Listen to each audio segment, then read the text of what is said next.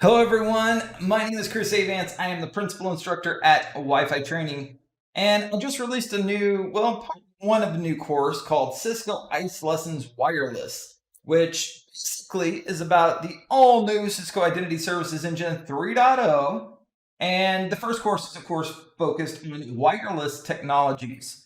Now, I wanted to do this little, I guess YouTube video, what you could call it, or just announcement over what's new with ISE 3.0. If you notice the screen here, our cover art is quite colorful, and it looks, some of it's dated maybe, and that is because this is showing you how things evolve. So this is really about how we got to ISE 3.0.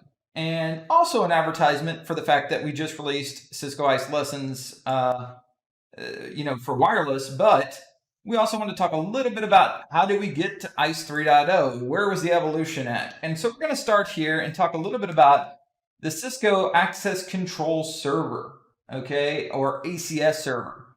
Now, this was by far the world's #1 network AAA server. AAA, of course, stands for Authentication, Authorization, and Accounting. The way I want you to think about authentication is, who are you? Prove your identity, or your device prove its identity. The way I want you to think about authorization is, once you've proven your identity or your device's identity, now what can you do? And the way I want you to think about accounting is, what have you done? Do we log all the interactions of the things you've done while you're browsing the network?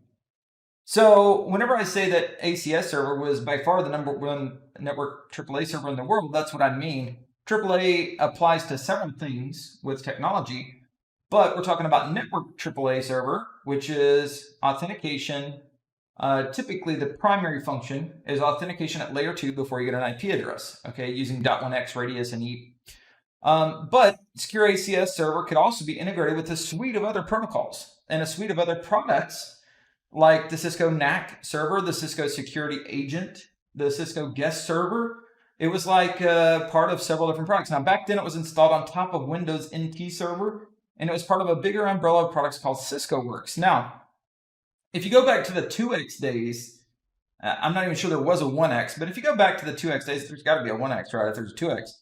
And if you go back to the 2X days, this was a little bit before my time, okay? This was around pretty early on in networking. And although so many of you enterprises are just now starting to implement .1x, it's actually been around for a long time, 20 plus years. So this, the 2X ACS was just a little bit before my time. I came in around the 3X versions of ACS. Now, around the 3X versions of ACS, we were still installing the software on top of Windows NT server, okay, and Windows 2000 server, I believe, is where we ended it. Now, this is where I began with Secure Access. As a side note, not that you're going to get quizzed on when Chris Avance started working with this, but just so you know, I came in around the 3X days. Now, again, we're still talking about, wired authentication mostly. If you go back real quick, I just want to confirm when we're talking about here. This was about wired networking, right? It was about dial-up. We were still dealing with authenticating ISDN connections and dial-up connections at this time. That's how far back we go. And that's where this technology was actually ported. Radius itself was ported from dial-in, service back in the ISP days, where you dialed in with a modem to reach the internet. And ACS could authenticate those users and basically give you a connection. And we authenticated you before you ever got an IP address and before you could ever do nefarious things on the network. So it's pretty cool. Now, ACS 3, again, still built on those things. We also offer TACX Plus. So there's two primary network AAA protocols that we talk about with these types of servers, okay? There is the Radius, which is the remote access dial-up service, okay? Now, Radius it's standardized, okay? Radius can be used for both authenticating to the network, so it can be used for network authentication, and it can be used for device administration. So it can do both. So if I wanted to log in, whenever I say device administration, we're talking about network administrators. Let's say I want to log into this router and I want to be able to manage this router. Well, if I log in with console or SSH or whatever it is, I can use Radius to authenticate myself centrally to an ACS server or an ISE server, okay? Or I can use TACACS. TACACS is a Cisco proprietary AAA protocol. It is designed only, though, for network device administration, okay? For network administrators to manage network devices, period. You cannot authenticate yourself to access the network, for example, like say you're going to use .1x, that is 100% Radius. You can't use TACACS for that. But I can use Radius for both network access and device administration.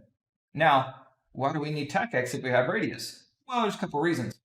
One big one is that whenever we do an authentication, guys, with Radius, let's say, for example, I wanted to authenticate myself. I wanted to, let me just draw a quick topology. So I've got ACS at this time. We're still talking about ACS.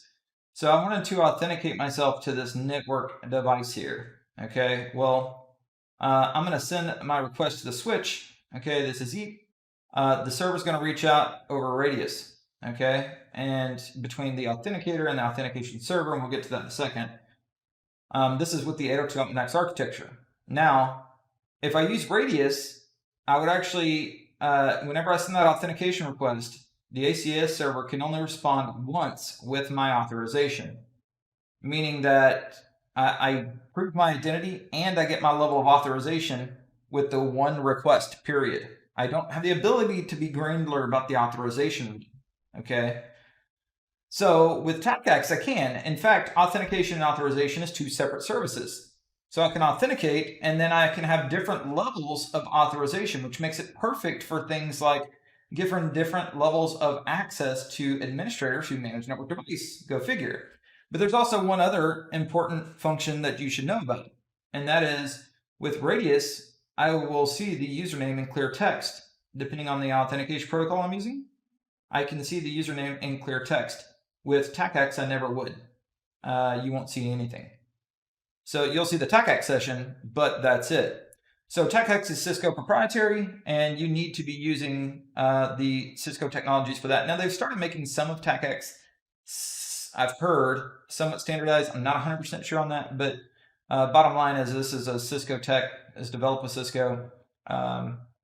So again, you can use Radius for all purposes. You can use TACACS, though, strictly for device administration. It gives us a lot more granular power for device administration, and it's more secure than Radius itself. All right, so ACS 4 and 5, we got a makeover. And the other thing that went along with this new GUI, we're no longer using Windows. We started getting installed with a customized version of Linux as the kernel, and then ACS was installed on top of that. Now, around ACS 4, 802.11 came out. The original standard was in 97, okay? And then that was 802.11. A and B came out in 99, and then started growing exponentially after that. So ACS 4 and 5 started dealing with the Wi-Fi aspect too. So wired and wireless, we could use 802.1x. And the big thing about using 802.1x with a wireless space, guys, this is something you should definitely know, is that with wired, I'm just authenticating myself, I'm connecting to the switch, but I trust that the switch is going to be, everything behind that switch is going to be secure. Well, with 802.11 Wi-Fi, okay, we've got a host here and we've got an AP, and we're going to say he's 1. Well, if I'm authenticating the AP, the thing I get with EAP and Radius and this architecture of wireless is we use that authentication to start our 4-way handshake with Wi-Fi. So we've got to go out to the authentication server and authenticate, but once we do that, this is how we set up a 2-way trusted and encrypted communication between the client and the access point. So what that means is, if you were to use a pre-shared key and not use centralized authentication, every user in the cell would share the same key. Every user in the cell could see each other's data. So A could see B's data, B could see C's, C could see B, C could see A, all that kind of stuff. There's no individualism in that cell. The entire channel could see each other. And by the way, not just this channel that's on your SSID. Anybody on any SSID that's on channel 1 that's using that shared key, or if it's open auth, that would be a better term. If you're not using pre-shared key, but you're open auth, then you can see anybody's traffic as well. So if you're going to be using a pre-shared key, then anybody with the pre-shared key on your cell or on the channel can also decrypt your traffic. Now, whenever we move into doing centralized authentication, we start using EAP, then I get individual encryption keys. So I may have an individual encryption key here that is unique to me, and nobody else have that, right? So everybody has their own encryption keys here, and between them and the access point. So even though we're sharing the same channel, you can't see my traffic and I cannot see your traffic. Now, that's for unicast traffic. We will be able to see each other's broadcast and multicast traffic, but not unicast, which is typically where the juicy stuff happens that I don't want to share. So it's a big reason to have this with wireless networks, especially early on, because let's face it, we had some bad omens following us around with Wi-Fi in the early days with web. Okay, there's not a freaking web page out there that doesn't show you how to crack web encryption. Okay, and we don't even discuss it. I just released a course called Rockstar Wireless Hacking around hacking wireless LANs, and didn't even bring up hacking web because it's so easy to do, and there's so many tools out there to do that. It's just, there was vulnerabilities. Can be easily hacked with the cafe latte attack, so we just don't even go there. Bottom line, you want to have centralized authentication, EAP, okay, involved, and you want to have two-way trust. Because the other thing is, with a pre-shared key, we're assuming everybody with that pre-shared key with Wi-Fi trust each other. With this enterprise architecture, the clients have to trust the servers have to trust the clients. So the other thing is, like we said, ACS 4 and 5, again, we could still bring in these other servers, the NAC Profiler, NAC Guest Server, NAC Posture Server, to name a few. So I could end up deploying 4 to 5 pizza boxes. That back then it was IBM or HP servers you could deploy it on. Cisco still wasn't in the server game. And that was without the redundancy. So there would always be at least +1 for HA. So you could end up with 10 servers just to do what Identity Services Engine could do under one roof today. And that's before it's expanded the way it has. Okay. All right. So as you can see, added more features and evolved. Then comes Identity Services Engine 1.0. Now, there's no more NAC server. There's no more guest server. I mean, they're still there, but you don't need them because now it's under one roof, apart from TACAX. For some reason, we didn't bring in TACAX support in the early versions of ISE. So Identity Services Engine 1.0 had no TACAX support. You'd have to keep around your ACS servers for the device administration purposes that you were using it for, if you wanted to use TACAX protocol. Now, ISE 1.0, though, brought in support for doing wired and wireless access, VPN. We could still do dial-up authentication if you still had it. It brought in the guest capabilities to be able to do guest services. It integrated all in one interface now, right? There was also the Profiler engine that was a separate server. That's under one roof now with ISE. Also, BYOD use cases, all under one roof again. So back in the day, whenever we used to deploy 4 or 5 different nodes to do the functionality that ISE can do today, ISE replaced all of it except for the device administration with version 1 of ISE. Now, it was a little tricky, I'm not going to lie, whenever 1 came out, but they were doing the right thing. All of those servers had to do with AAA, network AAA, proving your identity, and making sure your host was secure whenever it connected to the network, or your guests were secure whenever they connect to the network. Bringing that all under one roof and one administration makes total sense. And it kept getting better and better, especially as ISE. Now, remember, here's the other thing. ISE is still built on that new environment, so they've upped the ante a little bit because ACS was installed with the Linux kernel. Well, basically, Cisco decided to write this middleware environment called the ADE. And ADE stands for Application Development Engine. Okay? So whenever you install ISE, especially the newer versions of ISE, but anything from that's labeled Identity Services Engine, there is a custom Red Hat kernel that is the operating system it's built on. Then you have the ADE middleware environment. then you have the application that's installed on top of it. Okay, so they used the same type of solution where they kind of bundled this with the application on top of it for a lot of different services. Why do I mention that, Chris? Well, this ADE environment gives us a middleware environment where it's like CLI. We can do show commands, okay? We can figure out what's up with the application, get application status, and configure different settings from the console, and it gives us a console-like access instead of having to log into a Linux-style access. And the process is they were getting way too many tickets dealing with issues. People would be calling in saying ACS is slow, or there's, we're getting too much latency, or authentications just aren't working. And TAC would troubleshoot the issue, and a lot of times they would figure out that people were installing applications they shouldn't have been on the same Windows servers. Cisco said, use a Windows server dedicated to this application, and administrators kept installing other applications. So they developed this appliance model with the kernel, the middleware, and then the application installed on it. If you've ever done a show application status in Prime or with ISE, you'll notice it doesn't work without you specifying which application's installed, because the middleware doesn't know. Okay, so show application status ISE will show you the application status for ISE. Show application NCS will show you the application status if you're running Prime infrastructure. Now, that middleware involvement aside, the features kept getting better and better. Then comes ISE 2.0. We now started expanding what ISE can do so much that we've got all these different segments, and now there's all these menus because, again, we've got all these different services starting to grow under one roof. How are we going to get around to things?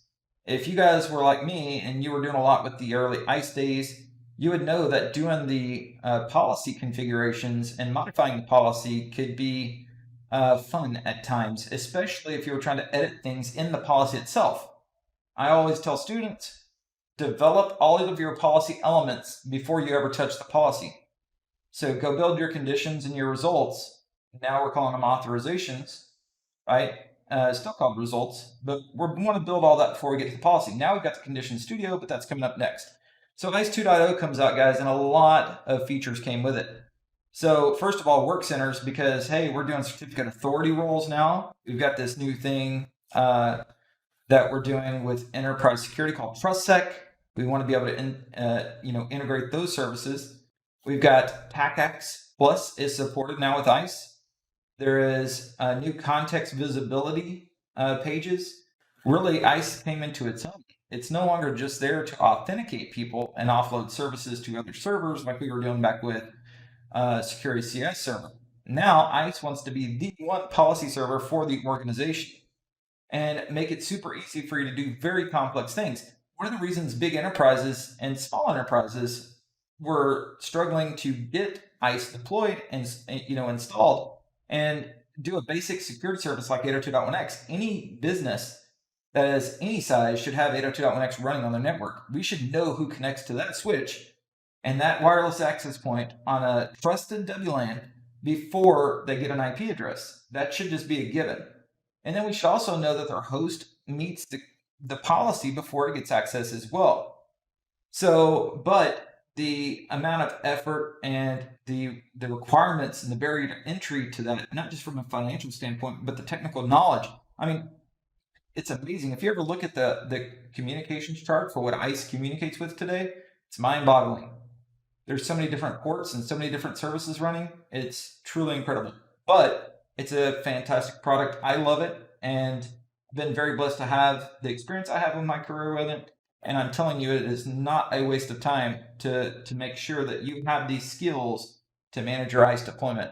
It is a very valuable skill set for sure. Now, ISE 2.0.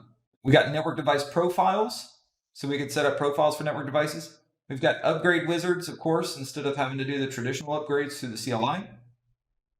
Certificate authority role was new. We got the ability to do things like ETTLS, and that is required for eduroam. So now eduroam is supported with it.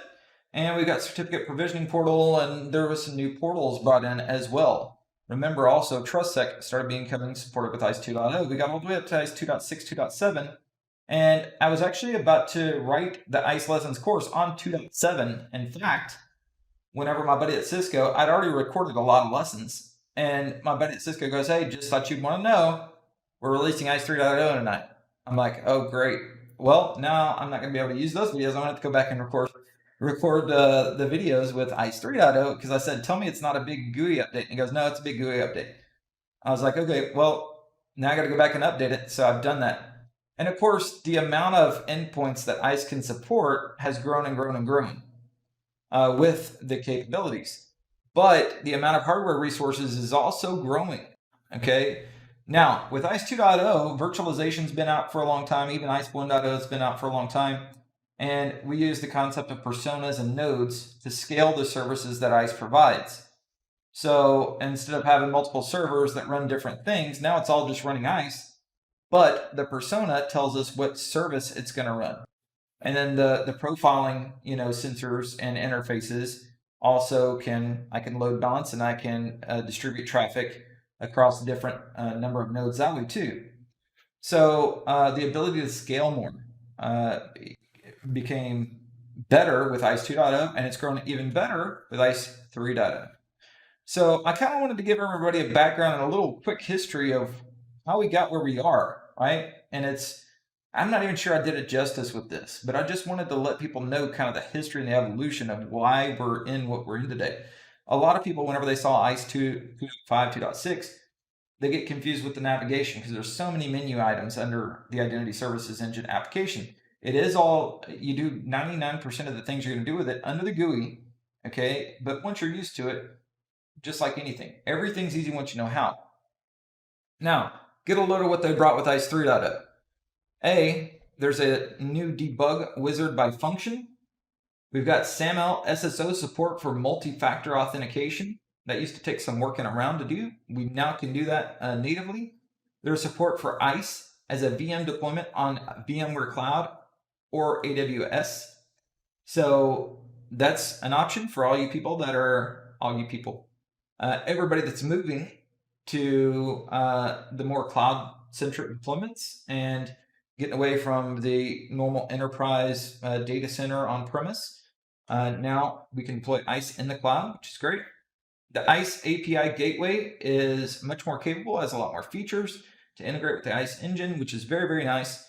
We actually do a lot of custom applications sometimes for our enterprise clients to make it easy to onboard devices and or streamline the guest flow. There's a lot of native tools in ISE to do that, but sometimes you need a custom fit to fit a certain flow at an organization, and it's great to be able to develop that out and build tailored solutions for customers that really work, they really solve a need, and it makes it super easy. Can do massive time-saving things whenever you got the ability to kind of customize the application as you need to. So I'm always happy to see better API support. Now, multiple attribute lookup for ODBC Identity Store for people doing custom databases and want to do queries off that, can do it. Certificate fingerprinting, that's a big one because it's another verification of certificate identities to be able to further lock down supplicants. So that's a very big feature, and it's very much needed and welcomed in this version. MSRPC protocol for passive ID service. Passive ID is one of those features where we're no longer using the traditional .1x for authentication. We're using kind of a layer 3 style authentication where we're using change of authorization a lot, and it's an AD connector that connects with ISE. So the machine gets the ability to reach out to DNS and AD, authenticate that way, and then the ACL does a change of authorization. Now this saves you from having to deploy 802.1x supplicants to all of your clients for Windows devices. To be honest, I never had a lot of clients using that service. There was only one I can think of off the top of my head that was actually using passive ID service. But I do know that MSRPC gives you another good option for integrating that service, and I think it's going to be more stable, reliable if you're using the passive ID service. Now, TCP DUP enhancements, that's always good whenever you're troubleshooting. Configuration of baseline policies from the desktop device manager.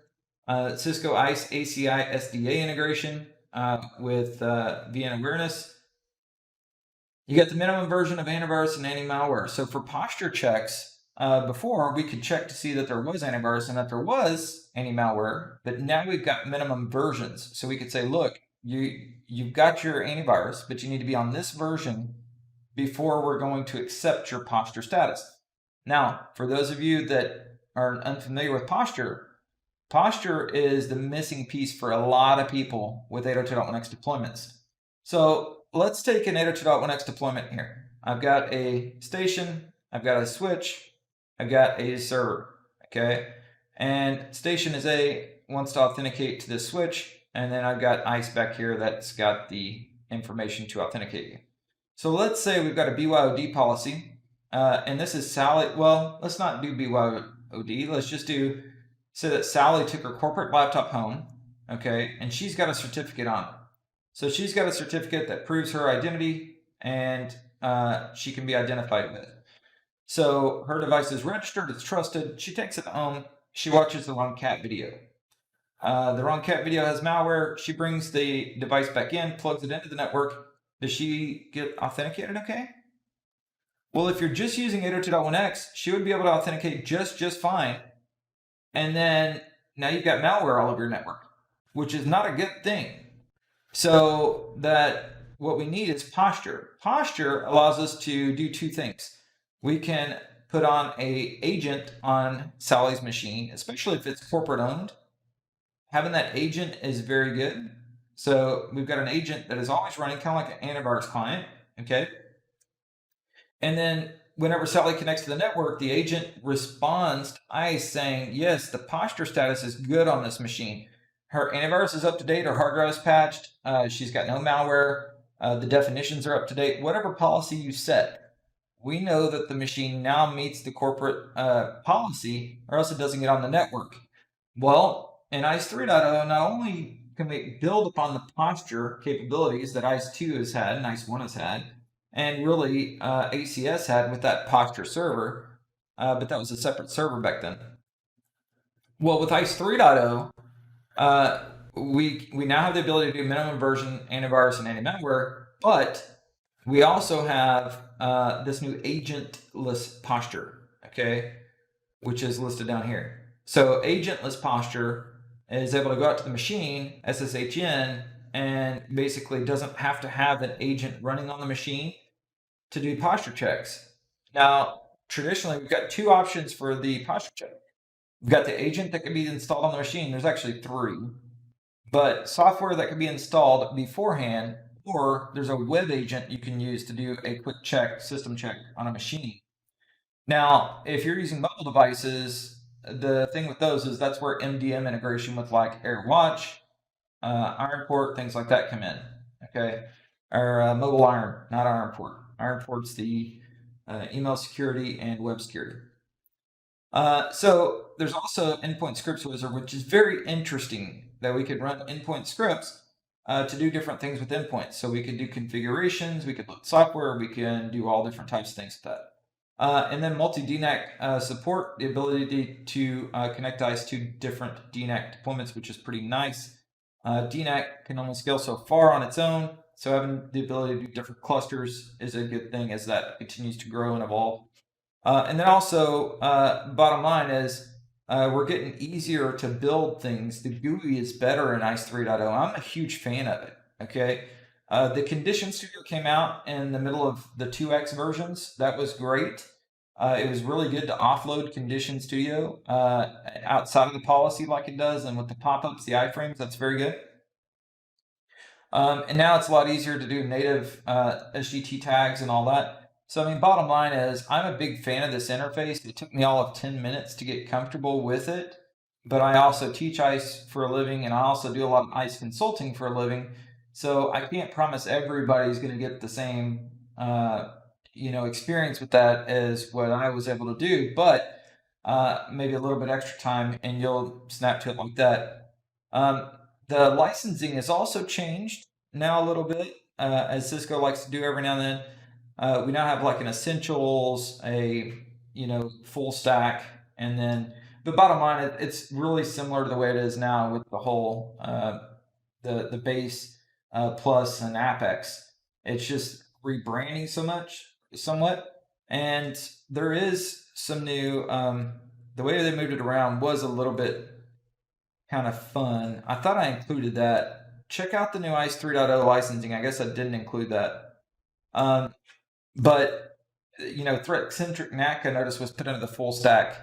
And a lot of people are using threat-centric NAC with the AMP integration. Cisco's made some acquisitions that are really awesome with this solution. Okay, if you're in healthcare, the Qualys integration, that's still separate, but the Qualys integration is very good. There's some other companies out there that are building agents to integrate as well.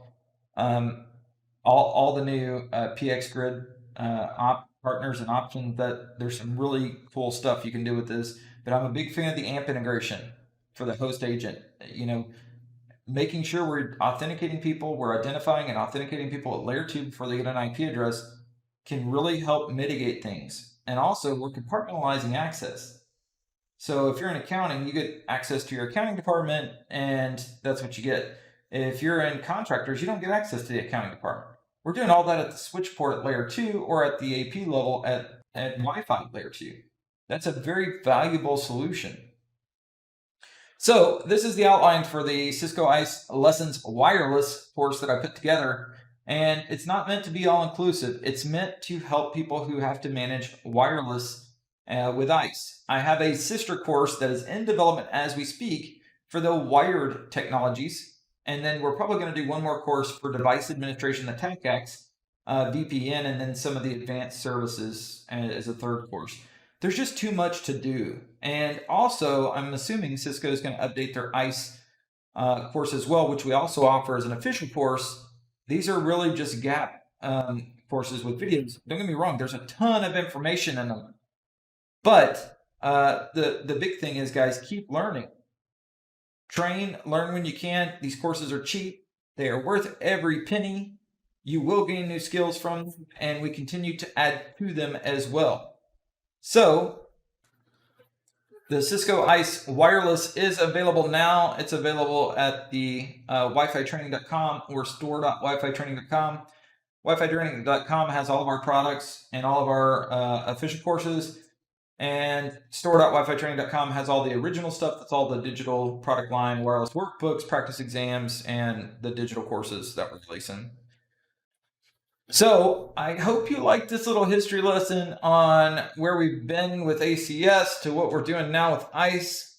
I can't believe I missed the licensing piece of it, but you can look that up. And it's in the course, of course. And the most important thing is set yourself apart, gain skills, make your life easier, make more money, and then you know, get there fast and take it slow kind of thing. Anyway, I hope you enjoyed this little history lesson. If you have questions or comments, did I forget something? Were you around? Were you one of the people around back in ACS 1.0? Because I wasn't. Tell me about that. Share in the comments. I'm going to put this on YouTube too. And anyway, I hope you enjoyed it. If you did, come see me. We got a bunch of new classes here. And we'll see you next time. Cheers.